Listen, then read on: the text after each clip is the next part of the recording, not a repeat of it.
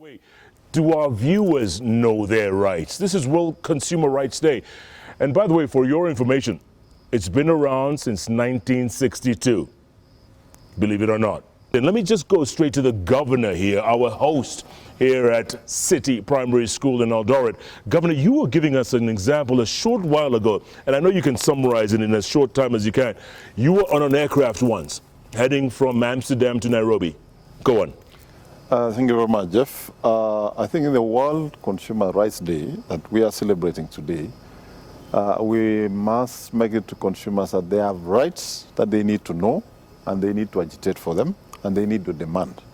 And I was just giving a case example before the show starts. When I was in a flight, and there's these routine sprays that normally used to disinfect the flight. And after the spray, I'd asked the lady there, the flight attendant, can I have a look at this component? I would like to read the contents of the bottle of what sprays. And what surprised me was that in the print, it was written there that it has potential of causing cancer. And I asked the lady, but how are you spraying this thing, and have you read the label? Then the lady said, no, but you know this thing, we've been doing it over time and we have not heard of any cases. But then I asked them, but you are not a manufacturer. The manufacturer has written there very clearly that there's potential. Of course, there was no explanation. You see that, and probably listeners, viewers have no clue about their rights. One of the things that we've really been coming out, and is a consumer issue, one of the consumer issues is the right to information. And I'm happy that our licensees have actually come up in public service obligation to issue announcements on how people should conduct themselves. Also, our users of the social media platforms to conduct themselves in a responsible way and pass information that is positive, that is directing in terms of how to conduct ourselves and our families. Are we doing that right now, Mercy? Are we doing that? And this is happening. Kenyans are generally very apathetic. Yeah. We do not complain a lot of times. And even if you have information, and if you see what has been happening as it relates to things like food safety, as you've been seeing the red alert, we are a country that I can say we operate on management by crisis. We wait for crisis to happen before we are able to do something. And a few weeks later, you guys, the media, forget about it, and the thing is gone. And I think we need to have a society that is constantly proactive on some of the things that are actually happening. So I think consumers also need to do their part in terms of knowing their rights. But the truth is, we'll be releasing a report on the status of Kenya Consumer Report of 2020. And one of the things that is coming out that close to 80% of Kenyans do not know their rights. On social media and the young people, Jeff, I want to say that if social media is used correctly for the right purpose, I think is one of the enablers of creating the awareness in our consumers and make sure that our consumers know their rights. But the challenge we have is based on products, there are different in terms of population dynamics of consumers. We have consumers. We have products consumed by probably older people who are not so much engaged in social media, and the information might not reach them. Yeah. But on products that are consumed by young people, I can assure you, Jeff, if there's a problem, it will move around this world. Within a very short time, you can actually close shop. Yeah. So social media can actually be used as an enabler of passing the information to consumers. But I want to agree with Clement that as a population and generally Kenyans, we need to wake up and begin demanding for our rights. We need to understand that we even need to know the contents of what we consume for our own safety, for our own health, and even for making sure that we have sustainable consumers in the country. I'm sorry to report that the people at Mashinani really don't know their rights. And they are usually the praise, they are usually the culprits when it comes to being defrauded. So we need to invest more on educating the people at the grassroots to know their rights, because you realize that the population at Mashinani is more than the population that is in urban areas where they can get information easily. But those at the grassroots, they don't get that information and they don't have somebody to take that information to them. A few years ago, ICTs were at the periphery, but today they are very central to life and living, for business, for social interaction, for education, for entertainment. So as a result of which, it becomes important to be able to communicate to the consumer, whether they be in the city or in the rural area, what their rights are. For example, the right to be heard. How is it that you would buy something expecting it to be value for money in terms of price, in terms of quality, and you find that this is far from it when you buy it, and you do not know that there is a redress mechanism to go and either have it exchanged or replaced or get a refund? How is it that in this country, so many years after independence, you will find in shops a mark saying, once bought, goods once sold, cannot be returned. Yes. It's unacceptable completely. So we value this kind of partnerships in the grassroots, that they would go right down and inform the consumer about their rights, about their right to demand value for money, their right to satisfaction, their right to information, and their right to redress. If I was just thinking in relation to what DG was saying on goods once bought will not be sold. Then I was asking myself, I go to hotels and you just find there, park your card on as risk. But I'm a customer. And don't forget that when we approved your building plan, parking was part of the requirement. So you cannot come and wake up today and tell me park your card on as risk, while you're actually supposed to provide a parking. It must be safe. So I think these common phrases, we just see them, we don't realize that they actually infringe on the consumer rights. And I think CA will have to do a lot to educate us. That's a very good point, Governor. That's a really good point. Clement, don't you agree? I mean, simple things like that. I totally agree. I mean, I can tell you, a lot of those notices that you actually see in supermarkets and even including what, those are illegal notices. But Jeff, let me also say this. I think as a country, we need to really up the ante in terms of raising, the level, because consumers are the biggest socioeconomic group anywhere in the world, include the private sector, even the abusers of some of these rights. That's why it behoves of us as government to actually form the famous, I call it the Trinity, which includes working together with consumer organizations, regulators, and you, the media. Because you've seen what the media, the power of the media has in terms of bringing out some of the abuses that actually we have. One of the things that we need to do as government organizations and governments is actually to begin serious sensitization programs. Because I'm asking myself today, if a consumer goes to a police station and says, I've bought this product and I found in the label here, it is warning me that it can be hazardous to my health, but I was not told when I will be sold, I'm sure the cop will ask him, my friend, tunakuwa tunangana na Al-Shabaab ambayo unaleta hapa maneno ya makaratasi kwa kituo. So first and foremost, how many of us who are supposed to assist in consumer sensitization of their rights do understand that we have the responsibility and are actually doing it?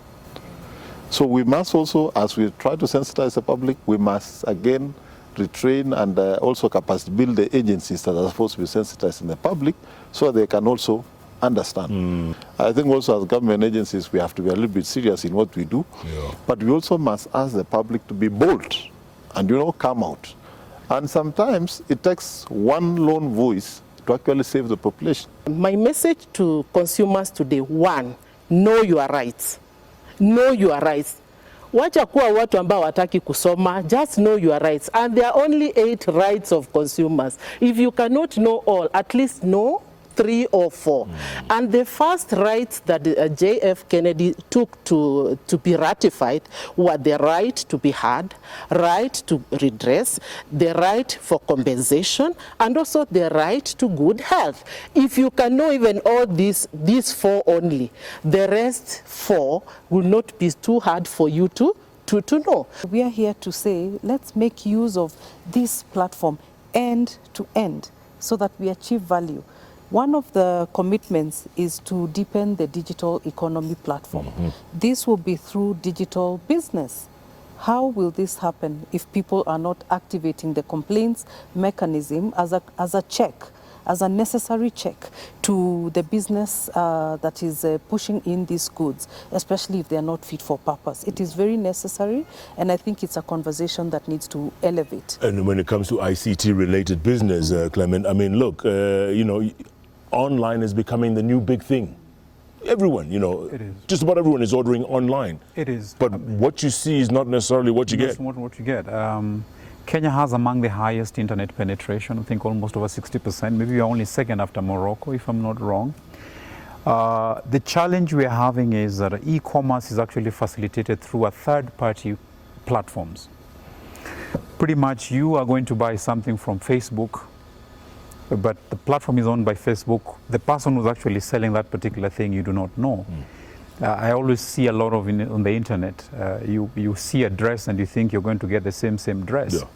You get something very different.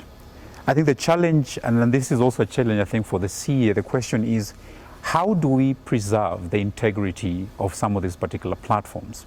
So the truth is the ICT is here. The truth is the Internet of Things is also here. A lot of our trade is going to be done through the digital way. The question is, how are we protected as consumers to ensure that this is as seamless as possible, Jeff? We have complaints that are basic, and we deal with them every day, and I'm happy that Safaricom is in the house. Poor network. I'll tell you, if I go to some of my wards, there are places that I cannot have clarity of the network. But Safaricom will still, of course, deduct the money for airtime. For a service that I would feel that was not properly rendered. Yes. And I'm sure I'm not the only Kenyan complaining of poor network. There are several places in the country, and not just Safaricom, of course, most of the mobile operators in the country. But the one that annoys me most, Jeff, is the one that you are being enrolled in some skitha tune, sijui what. Earlier as 2 weeks ago, I was complaining of messages being sent to me that we have these promotions of some spare parts of some what. I said, my friend, I'm a governor. I don't own a spare shop in this town, so how am I going to be? And of course, Safaricom stopped the promotion. But I would want to know, how am I being enrolled into promotions that I have not subscribed In the first for? place. In the first place. Thankfully, you know, there is an expectation that this framework will soon be implemented, and this should lead to a situation where if you provide data for one purpose, that data should not be reused for another purpose just because someone has the information. So that, for example, if you have information for somebody as a user of an ICT service, that information, however attractive it may be for other purposes such as insurance, education, medical, or whatever, it is not a license to actually refarm that kind of data. And we really wait to see that day and to see consumers actually stepping up and agitating for their rights and asking for redress in situations that this would happen. Some of the complaints are network related. In Rift Valley alone, where His Excellency runs one of the biggest counties, we are planning 58 sites within Uasin Gishu. Yeah, this financial year, and You are planning. that is for this How financial many do year. you have now?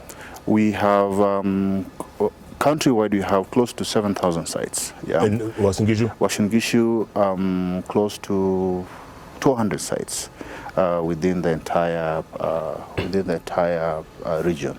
Now, one thing that I know for a fact, we need to be very collaborative on working with the county governments. We have a lot of approvals that we require to roll out these sites. I mean, change of users, for instance.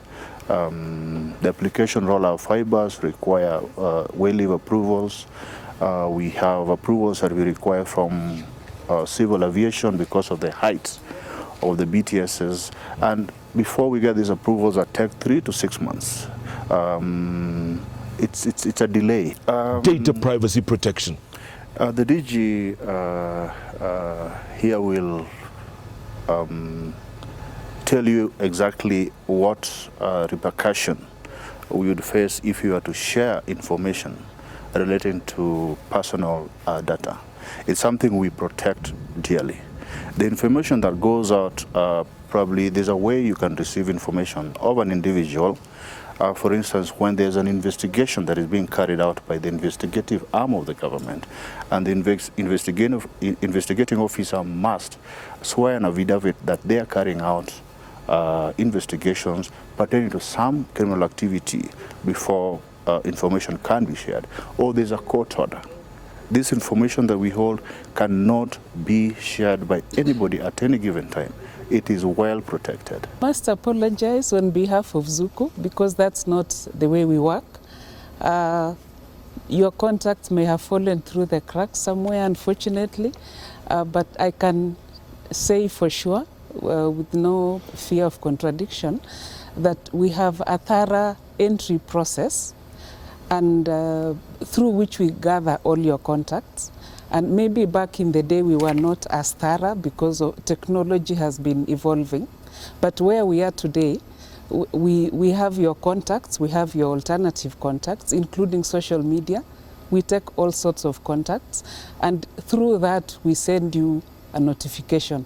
10 days before, 5 days before, we make a call, we tweet, we Facebook, everything.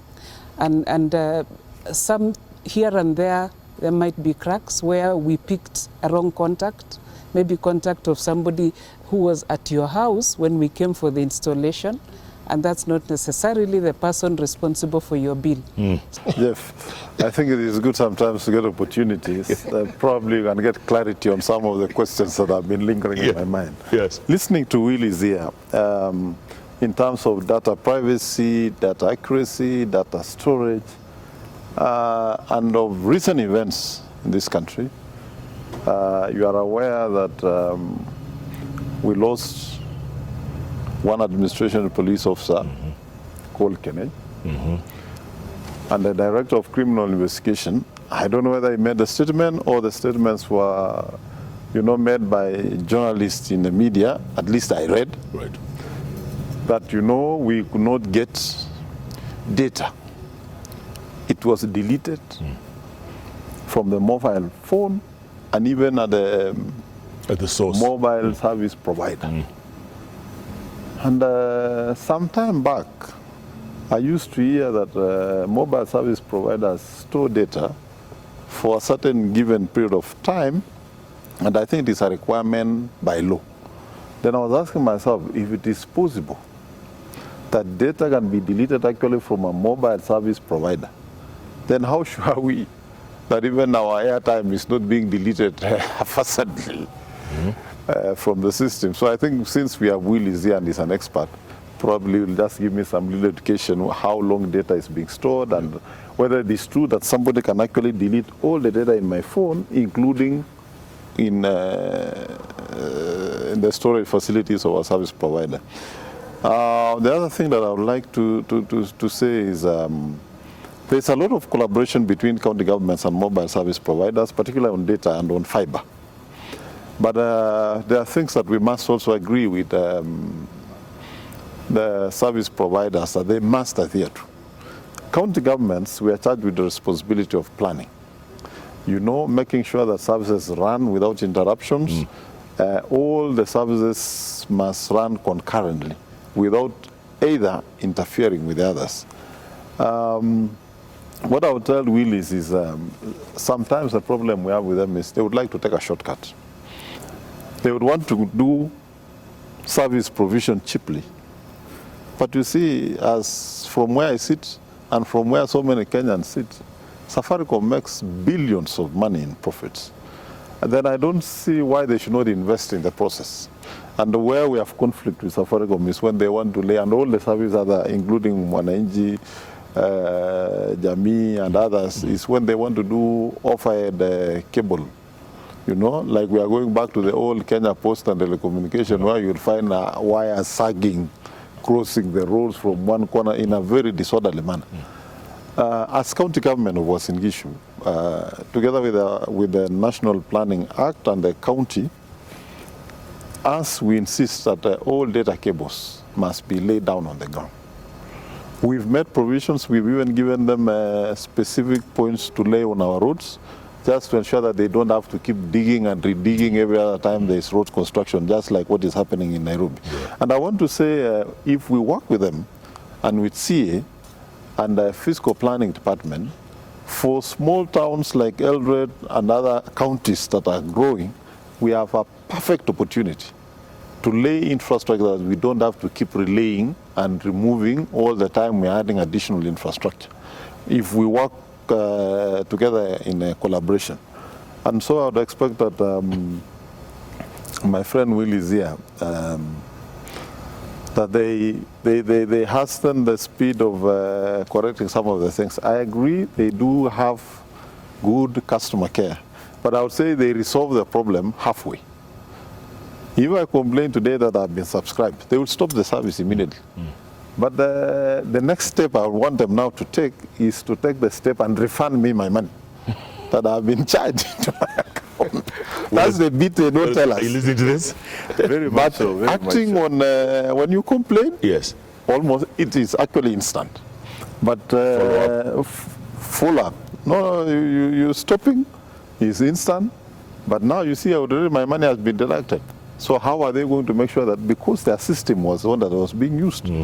Because when you ask them, most of the time they'll tell you, there's a service provider, here and there. Yeah. Another case I have is... Let him answer the first ones, because I think you have like 15 of them so far. So, Willis, you're being overwhelmed here like Safaricom. I don't know whether it's the right forum to talk about the allegation that certain number information and data were deleted, because one thing that I know, it's not possible. If it was that simple that I can get Jeff's number here, phone, and delete all the information that is in his phone, including what is in Safaricom, then I think we would be in a very, very dangerous situation.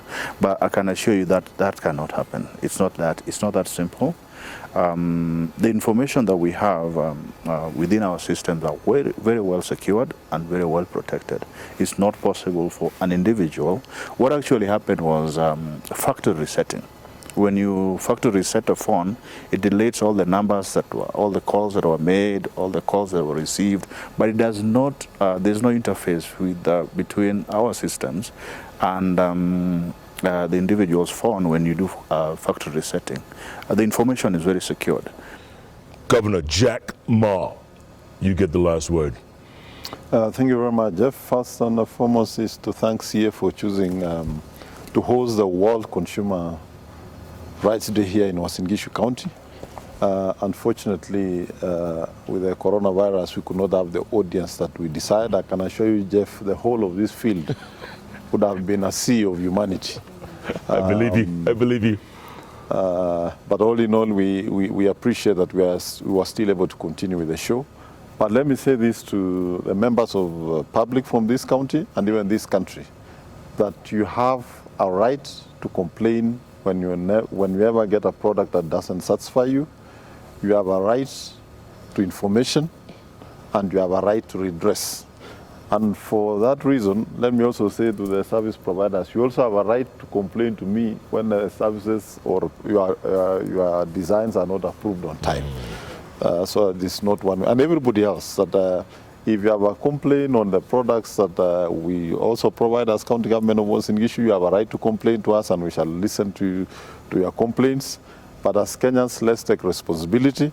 And before I close, Jeff, because of the current situation in the country, let me also again remind those who have the essentials for fighting this virus, like sanitizers, that please don't hoard any of those essential consumables that we need as Kenyans to protect ourselves. Because you can hoard them and we get infected and the infections will reach you. And you'll not have time to consume the money that we are busy chasing. Again, to all of us, let's adhere to the preventive measures that we've been given. Let's wash our hands, let's avoid handshakes, Let's avoid hugs. Please self-quarantine when you get some early symptoms.